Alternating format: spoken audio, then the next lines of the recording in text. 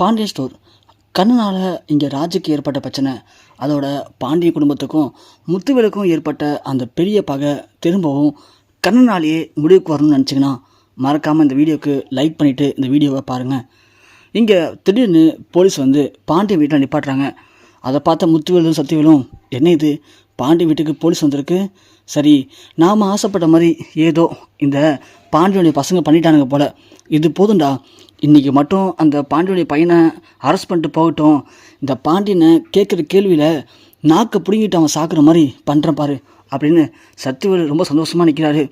போலீஸும் இங்கே இறங்கி வந்து கான்ஸ்டபிள் போயிட்டு இது மாதிரி கதிர் இருக்காரா அப்படின்னு கேட்க, பாண்டியன் அப்போ தான் வீட்டுக்குள்ளே உட்காந்து காஃபி குடிச்சிட்ருக்காரு. இங்கே கதிரா அப்படின்னு சொல்லிட்டு பாண்டியன் வெளியே வராரு. என்ன விஷயம் கதிர் தேடி வந்திருக்கீங்க அப்படின்னு கேட்க, கதிருங்கிறது என்னுடைய பையன் தாங்க, சொல்லுங்கள்.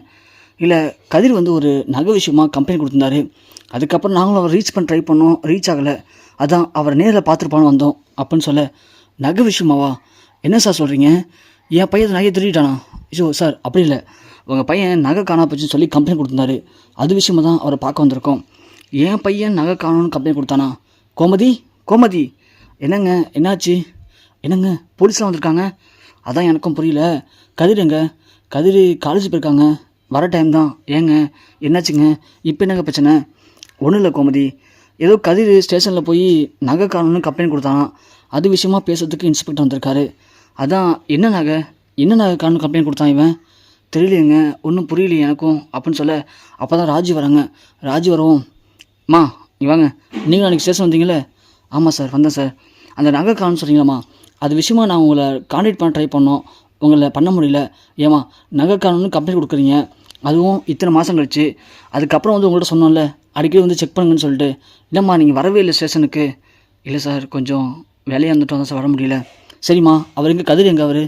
அவர் வெளில போயிருக்கார் சார், வந்துடுவார் சார் அப்படின்னு சொல்ல, இங்கே கோமதி பாண்டியனும் திரும்பி ராஜை பார்க்குறாங்க. கோமதி ஒன்று, ராஜி என்னடி இது, எங்களுக்கு ஒன்றும் புரியல, என்ன நகை காண போச்சுன்னு கம்ப்ளைண்ட் கொடுத்தீங்க? பாண்டியனும், ஆமாம் ராஜி, என்ன நகை, யார் நகை அது அப்படின்னு சொல்ல, இல்லைம்மாம்மா என் நகை தான் காணணும்னு கம்ப்ளைண்ட் கொடுத்தனால. ஓ நகையா, என்ன நகைம்மா சொல்கிற, புரியல. அதான் மாமா, கல்யாணத்துக்கு சேர்த்து வச்சிருந்த நகையை நான் எடுத்துகிட்டு வந்துட்டேன், அதை கதிர் கூட திருட்டான்னு சொல்லி சொன்னாங்களே எங்கள் வீட்டில்.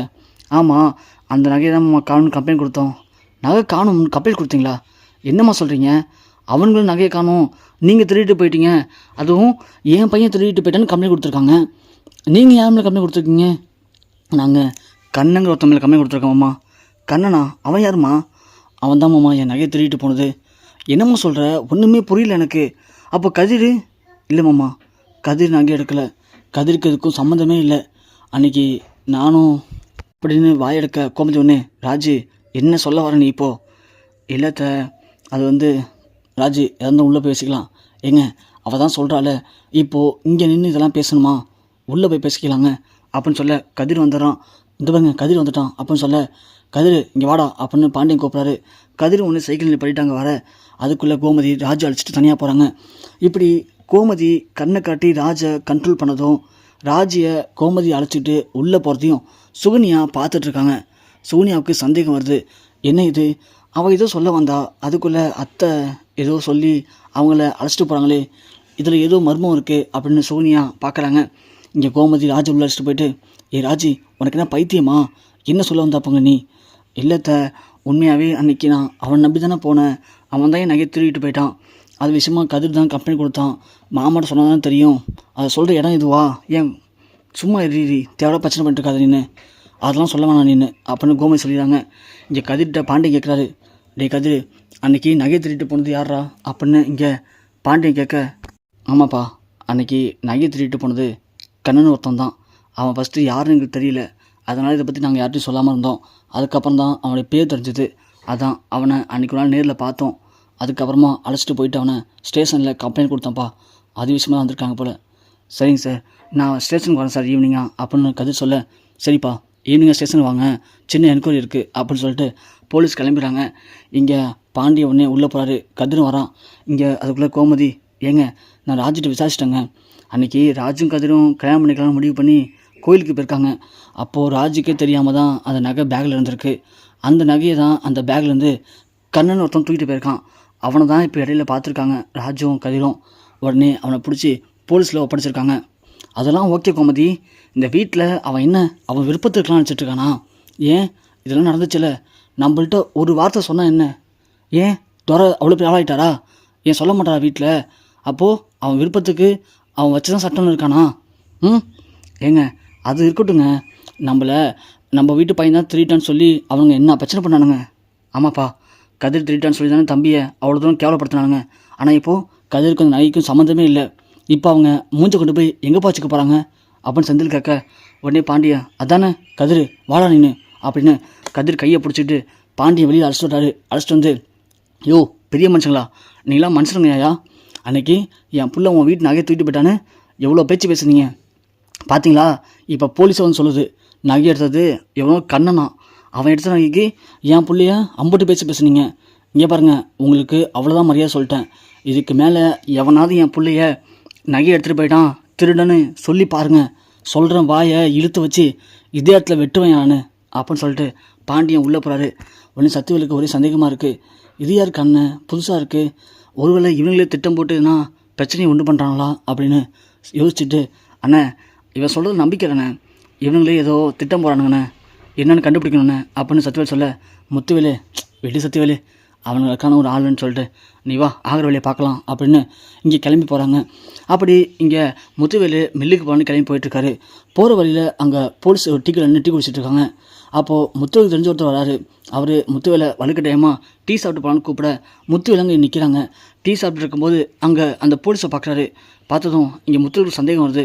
உடனே இன்ஸ்பெக்டர், நீ காலைல அங்கே வந்தீங்களே பாண்டியன் வீட்டுக்கு, அதான் நகை காணும் சொல்லி மிஸ்ஸிங் கேஸில். ஆமாம் சார், சொல்லுங்கள் சார்.